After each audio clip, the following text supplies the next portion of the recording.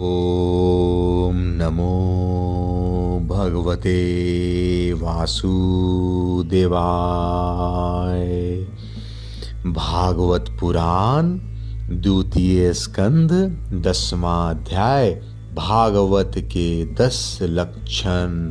श्री सुखदेव जी कहते हैं, परीक्षित, इस भागवत पुराण में सर्ग विसर्ग स्थान पोषण उति मनवंतर ईशानु कथा निरोध मुक्ति और आश्रय इन 10 विषयों का वर्णन है। इनमें जो 10वां आश्रय तत्व है उसी का ठीक ठीक निश्चय करने के लिए कहीं श्रुति से कहीं तात्पर्य से और कहीं दोनों के अनुकूल अनुभव से महात्माओं ने अन्य 9 विषयों का बड़ी सुगम रीति से वर्णन किया है। ईश्वर की प्रेरणा से गुणों में क्षोभ होकर रूपांतर होने से जो आकाश आदि पंचभूत शब्दादि तन्मात्राएं इंद्रियां अहंकार और महतत्व की उत्पत्ति होती है उसको सर्ग कहते हैं। उस विराट पुरुष से उत्पन्न ब्रह्मा जी के द्वारा जो विभिन्न चराचर सृष्टियों का निर्माण होता है उसका नाम विसर्ग है। प्रतिपद नाश की ओर बढ़ने वाली सृष्टि को एक मर्यादा में स्थिर रखने से भगवान विष्णु की जो श्रेष्ठता सिद्ध होती है उसका नाम स्थान है। अपने द्वारा सुरक्षित सृष्टि में भक्तों के ऊपर उनकी जो कृपा होती है उनका नाम पोषण है। मनवंतरों के अधिपति जो भगवत भक्ति और प्रजापालन रूप शुद्ध धर्म का अनुष्ठान करते हैं उसे मनवंतर कहते हैं। जीवों की वे वासनाएं जो कर्म के द्वारा उन्हें बंधन में डाल देती है उति नाम से कही जाती है। भगवान के विभिन्न अवतारों के और उनके प्रेमी भक्तों की विविध आख्यानों से युक्त गाथाएं इस कथा है। जब भगवान योग निद्रा स्वीकार करके शयन करते हैं तब इस जीव का अपने उपाधियों के साथ उनमें लीन हो जाना निरोध है। अज्ञान कल्पित कर्तव्य भोक्तृत्व आदि अनात्म भाव का परित्याग करके अपने वास्तविक स्वरूप परमात्मा में स्थिर होना ही मुक्ति है। परीक्षित, इस चराचर जगत की उत्पत्ति और प्रलय जिस तत्व से प्रकाशित होते हैं वह परम ब्रह्म ही आश्रय है।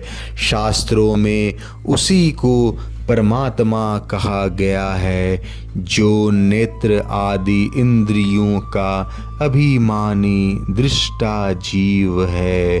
वही इंद्रियों के अध्याष्त्र देवता सूर्य आदि के रूप में भी हैं और जो नेत्र गोलक आदि से युक्त दृश्य देह है वही उस दोनों को अलग अलग करता है। इन तीनों में यदि एक का भी अभाव हो जाए तो दूसरे दोनों की उपलब्धि नहीं हो सकती। अतः जो इन तीनों को जानता है वह परमात्मा ही सबका अधिष्ठान आश्रय तत्व है। उसका आश्रय वह स्वयं ही है, दूसरा कोई नहीं। जब पूर्वोक्त विराट पुरुष ब्रह्मांड को फोड़कर निकला तब वह अपने रहने का स्थान ढूंढने लगा और स्थान की इच्छा से उस शुद्ध संकल्प पुरुष ने अत्यंत पवित्र जल की सृष्टि की। विराट पुरुष रूप नर से उत्पन्न होने के कारण ही जल का नाम नार पड़ा और उसे अपने उत्पन्न किए हुए नार में वह पुरुष 1000 वर्षों तक रहा। इसी से उसका नाम नारायण हुआ। उन नारायण भगवान की कृपा से ही द्रव्य कर्म काल स्वभाव और जीव आदि की सत्ता है। उनके उपेक्षा कर देने पर और किसी का अस्तित्व नहीं रहता। उन अद्वितीय भगवान नारायण ने योग निद्रा से जगकर अनेक होने की इच्छा की। तब अपनी माया से उन्होंने अखिल ब्रह्मांड के बीज स्वरूप अपने स्वर्णमय वीर को 3 भागों में विभक्त कर दिया। आदि अधिदैव अध्यात्म और अधिभूत। परीक्षित, विराट पुरुष का एक ही वीर 3 भागों में कैसे विभक्त हुआ सो सुनो। विराट पुरुष के हिलने डोलने पर उनके शरीर में रहने वाले आकाश से इंद्रिय बल, मनोबल और शरीर बल उत्पन्न हुई। उनसे इन सब का राजा प्राण उत्पन्न हुआ। जैसे सेवक अपने स्वामी राजा के पीछे पीछे चलते हैं, वैसे ही सबके शरीर में प्राण के प्रबल रहने पर ही सारी इंद्रियां प्रबल रहती हैं, और जब वह सुस्त पड़ जाता है तब सारी इंद्रियां भी सुस्त हो जाती है। जब प्राण जोर से आने जाने लगा तब विराट पुरुष को भूख प्यास का अनुभव हुआ। खाने पीने की इच्छा करते ही सबसे पहले उनके शरीर में मुख प्रकट हुआ। मुख से तालु, तालु से रसेंद्रिय प्रकट हुई। उनके बाद अनेकों प्रकार के रस उत्पन्न हुए, जिन्हें रसना ग्रहण करती है। जब उनकी इच्छा बोलने की हुई तब वाक इंद्रियां, उसके अधिष्ठात्र देवता अग्नि और उनका विषय बोलना, ये तीनों प्रकट हुए। इसके बाद बहुत दिनों तक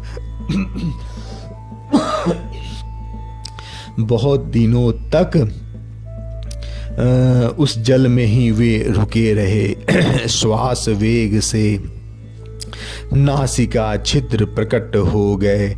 जब उन्हें सूंघने की इच्छा हुई तब उनकी नाक ज्ञानेंद्रियां आकर बैठ गई और उसके देवता गंध को फैलाने वाले वायु देव प्रकट हुए। पहले उनके शरीर में प्रकाश नहीं था।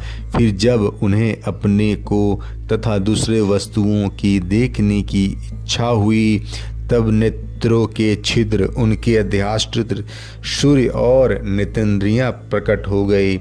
उन्हीं से रूप का ग्रहण होने लगा।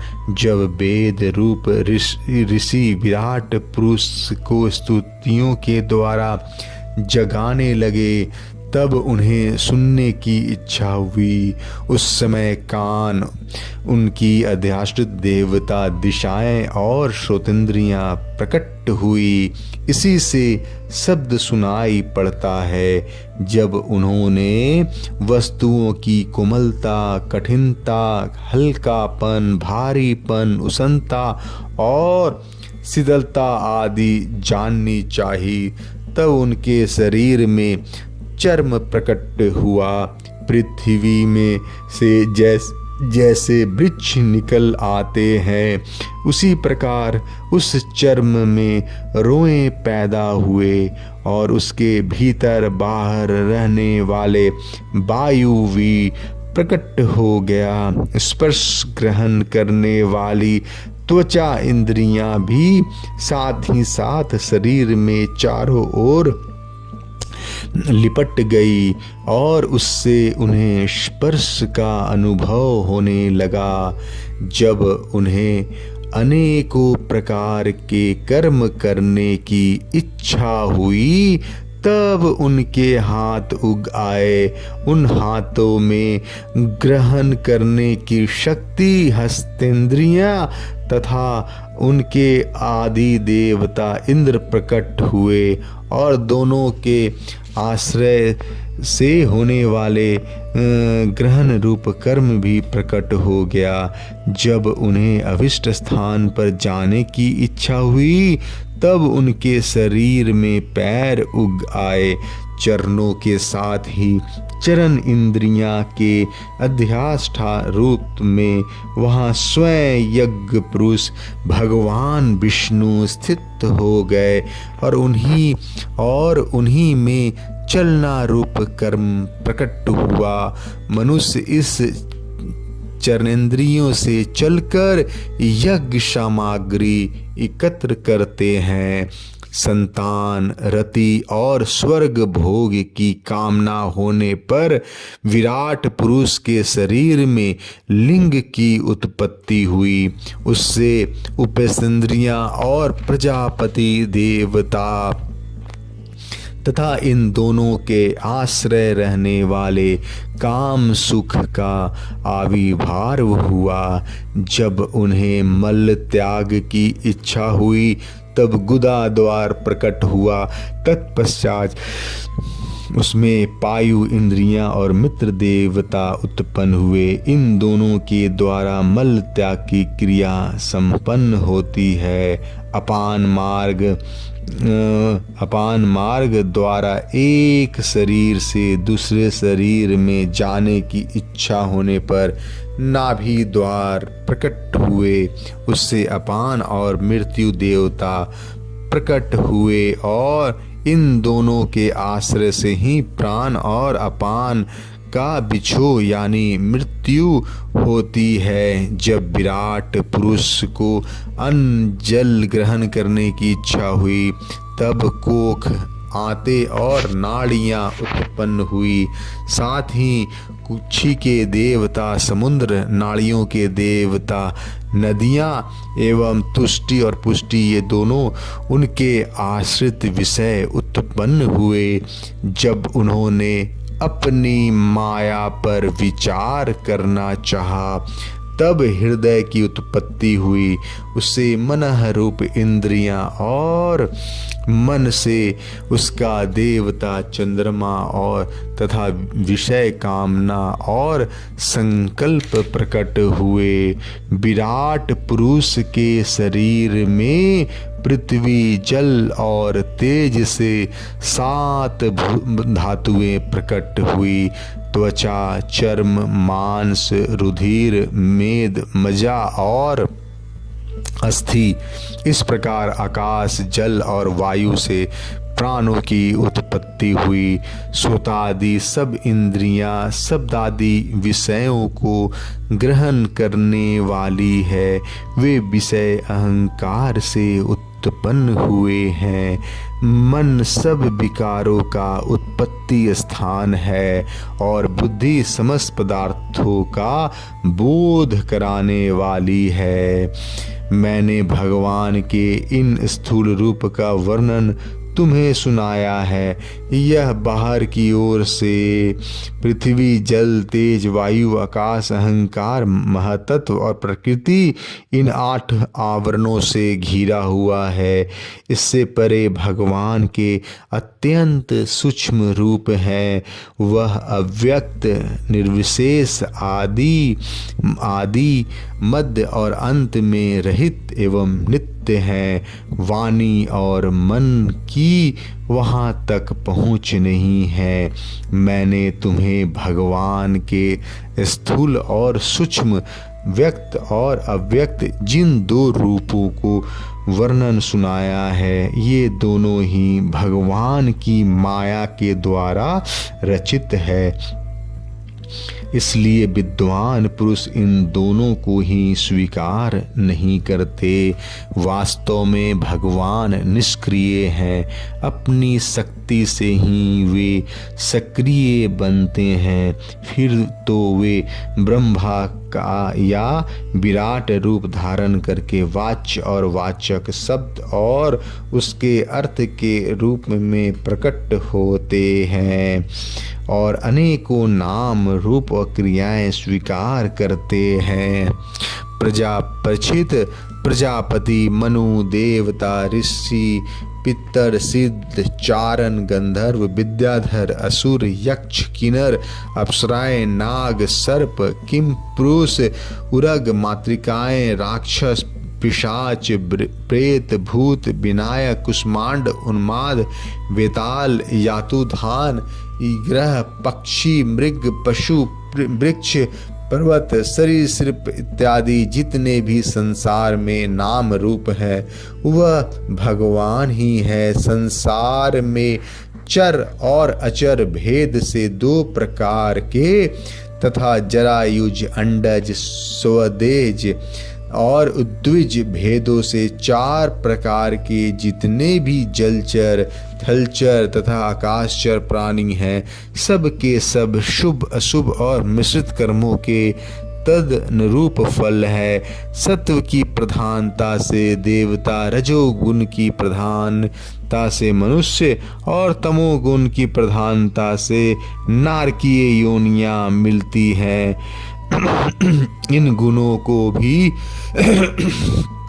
जब एक गुण दूसरे दो गुणों से अभिभूत हो जाता है तब प्रत्येक गति के तीन तीन भेद और हो जाते हैं।